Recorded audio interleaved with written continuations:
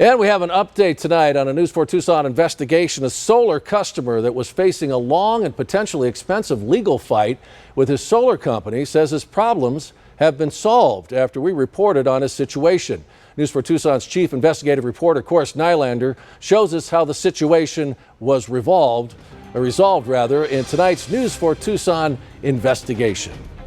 Well, after this months-long debacle, Dennis Jankowski is so happy to see the solar panels now off of his roof.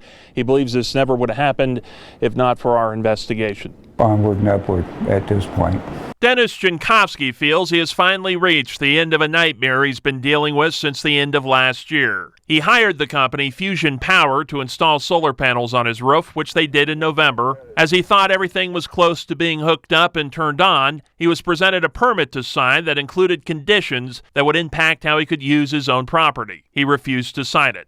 You can't obligate me to do something that materially affects the value of my property. So he demanded they remove the panels from his roof and questioned why they would have done the job before getting his approval of the permit. Then he received a letter from an attorney demanding he pay over $8,500 or potentially face a lawsuit. The man's dream of going solar at his home in Tucson turned into a nightmare. The News 4 Tucson investigators started to look into the issue and ran a report in May. At that time, Fusion Power CEO Trey Skousen told us neither the company or Jankowski knew the permit would require such conditions when they began the project, and that they were committed to resolving the issues. By June 18th, Jankowski received this letter from Fusion Power's COO informing him that he would no longer face any charges for the solar project. The letter was followed up with a mutual release agreement, which released Jankowski and the company from any liabilities or costs incurred from the project. They sent a team to remove the panels last week. With the panels gone and a legal document protecting him, he feels everything is taken care of.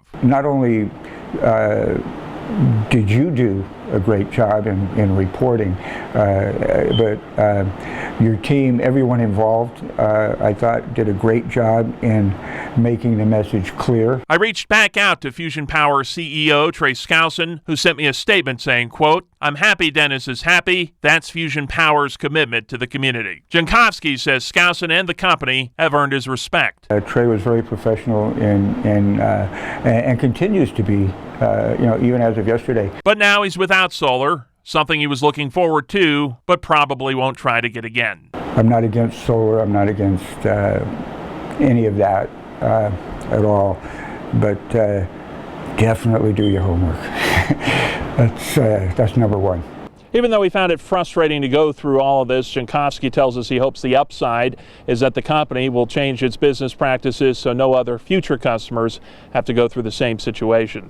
Reporting from Catalina, Corius Nylander, News 4 Tucson. Still ahead on News 4